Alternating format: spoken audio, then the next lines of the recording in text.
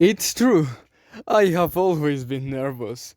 Very nervous, terrible nervous. But why do you say that I am crazy?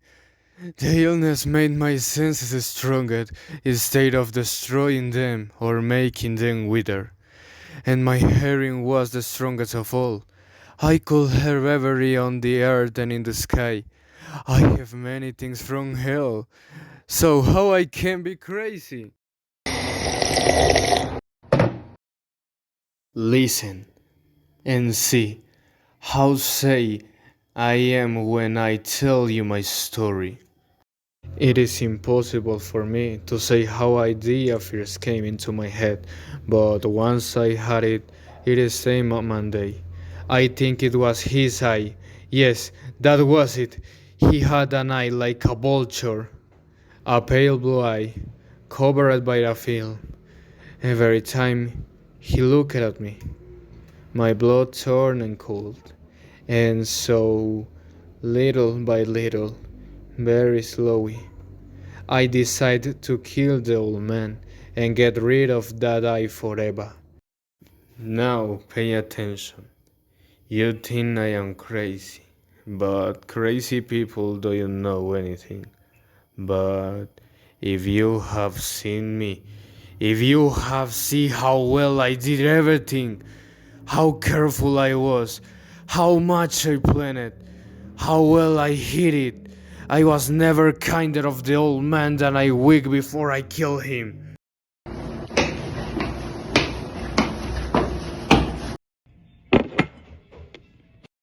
Here is your breakfast, the tea and the pill you asked for. Thanks, Guy. You're always so kind to me. Every night, around 12 o'clock, I turned the handle of his door and opened it.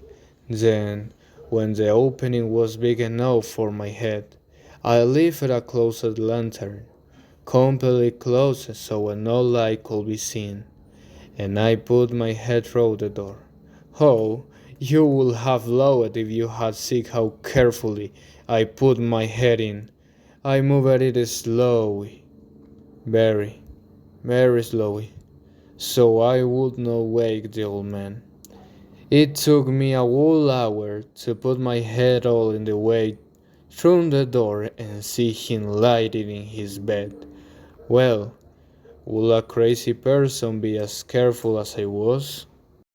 Then, when my head was completely inside the room, I opened the lantern carefully. Oh, so carefully.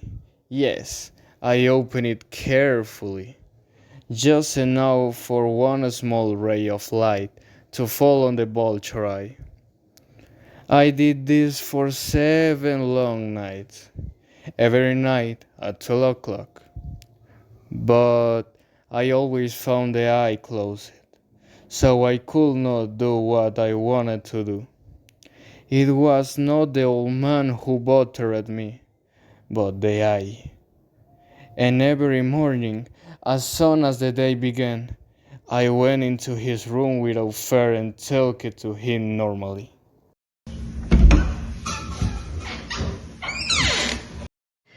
Good morning, sir. How was your night?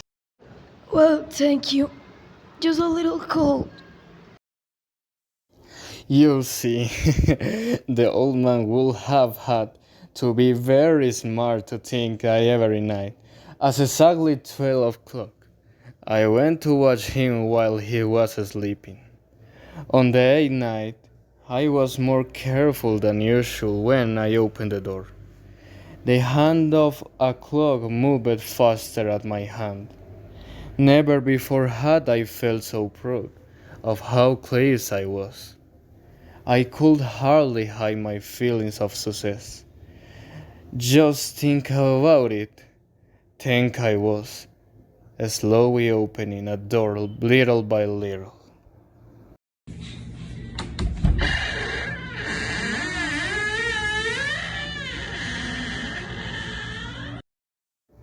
And he did not even know about my secret plans or throws. I laughed quiet at the idea, and maybe he heard me, because I felt him suddenly move in the bed, as if something had scared him. You may think that I stepped back, but no. His room was as dark as night, because the old man always closed the windows completely, because he was afraid of people who steal. I knew he could not see at the door opening, so I kept pushing it slowly, slowly. I had already put my head inside and was about to open the lantern when my thumb slipped on the metal clock, and the old man sat up in the bed and said loudly. Who's there? I did not move or say a word. For a full hour I didn't move a muscle, and during that entire time I didn't hear him get back into bed. I stayed seated, listening, just as I have done, night after night, while listening to the drills in the wall whose sound heralds death. Then I heard a soft sound, and I knew he was very scared. It was not a sound or pain of sadness. No, it was a quiet sound that comes from a person when they are very afraid. I knew that sounds very well. Many things. At midnight, when everyone was asleep, I heard that same sound come from my own chest. I made my fear ever stronger. I knew that sounds very well. I understood how the old man felt, and I felt sorry for him, but inside I was longing.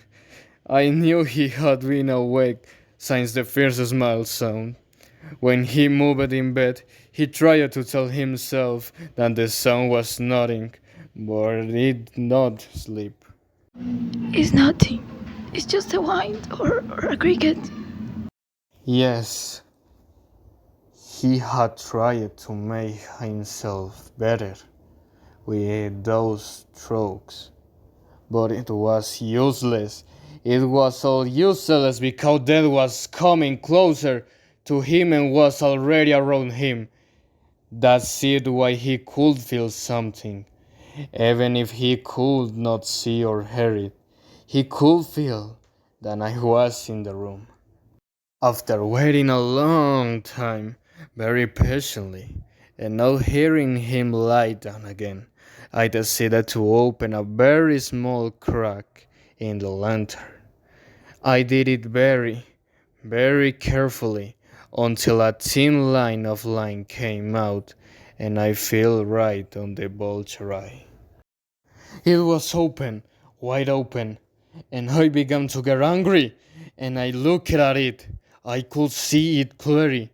A dull blue eye, with a horrible film it that made my blood run cold. I could not see the old man's face or body, because the light was shining only on the cursed eye. Have I not told you that what you call madness is only very sharp senses? At the moment, I heard a soft and quickly sound, like a clock covering with cloth. That sound makes familiar to me. It was the beating of the old man's hair. It was very more angry, but I stayed calm and just keep quiet. I could hardly breathe. I heard a lantern very still and tried to keep the lantern of the eye. At the same time, the old man Herbert was getting louder and louder. It became faster and faster, louder and louder every moment. The old man must have been very afraid. Louder and louder. Are you listening me carefully? I told you I was nervous. Yes, I am. And now, at midnight, in the silence of the old house, such a strange sound filled with a great fear. But I just controlled myself for a 4 minutes or still. But the herbert got louder and louder. I stood hearing would explode. Then I became afraid again. A neighbor could hear the sound. It was time to the old man to die. I gave a low short. I opened the lantern all the way and ran into the room. The old man cried only one time. 1 second was enough from me to throw him into the floor and put the heavy mattress on the top of him. I smiled happily when I saw how easily everything was, but for many minutes the heart kept beating with a loud sound. Of course, it was not worried, because nobody could hear it through in the walls. Finally, it stopped beating. The only man was dead. I lifted the mattress and looked at the body. Yes, he was dead. Completely dead. I put my hand on his head and kept it there for a long time. There was no even small beat. The old man was really dead. His eyes will not bother me again. If you continue thinking that I am crazy, you will stop when I describe the clever precatus I used to hide the body. The night was passing, while I did the work quickly, but silently. First of all, I cut her body into pieces. I cut off the head, arms, and legs. Then I lifted 3 boards from the floor in the room, and I hid the remains of the hole. Then I put the boards back so carefully that no human eye, not even his, could see any different. There was nothing to clean, no stain, no sink of blood. I was too careful for that. A tube had collected everything. When I finished the work, I was 4 for the morning, but it was still as dark at midnight. At the moment when the clock bells were heard, someone knocked at the street door. I went to open it, came.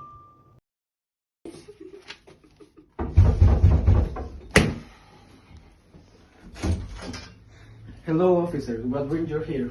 Good night. A neighbor reported a loud scream in this direction. We are here to be sure everything is good. Oh, the scream was mine. I have had a horrible nightmare. The old man isn't here. He went out yesterday morning. But please, check. Go to his room. Finally, I took them to the dead man's bedroom. I showed them money and his things. Everything was in its place. I was very happy and confident, so I brought chairs into the room. I asked the policeman to sit down and rest. I was so sure that they didn't know anything, so I put my own chair exactly on the floor above the dead body. The officers were satisfied. My behavior convinced them. For my part, I feel perfectly comfortable. It's a beautiful house. Yes, thank you. And the weather looks like it will improve tomorrow. But after a short time, I started to look pale and I wanted them to leave. My head hurt and I heard an abusing sound in my ears. But the policeman staying there, sitting and talking. The sound became louder. I didn't stop and I got louder and louder. Spoke very loudly to forget the sound, but I didn't change. I became clearer until finally I understood that the sound was not in my ears. It was probably very pain. I continued talking faster and louder. The sound grew and grew. And what could I do? It was a low and faster sound, like a sound clock inside cotton. I gasped for air, but the policeman didn't hear anything. I spoke faster and with more energy, but the sound grew and grew. I stood up and argued about the stupid things very loudly and while big moves said. The big sound grew and grew. Why? Why? Why didn't they leave? I walking around the room. walking big steps, because I was very angry in those men. But I grew curiously. Oh God, what could I do? I was crazy with anger. I cursed, I swore. And the same about sweet in the chair where I was sitting. But the song was louder than ever else, and it grew continuously. Louder, louder, louder! At the same time, the men continued talking happily and smiling. Was it possible that they didn't hear it? God, God, no, no! Of course they heard it and they're suspense. They knew, and they're laughing at my horror. Yes, I took down that joke. It couldn't stare their fake smiles anymore. Sir, are you okay? Why are you here in the chair? So pretending evil ones, I confess, I killed him. Get up those boards. There, where his horrible heart is beating.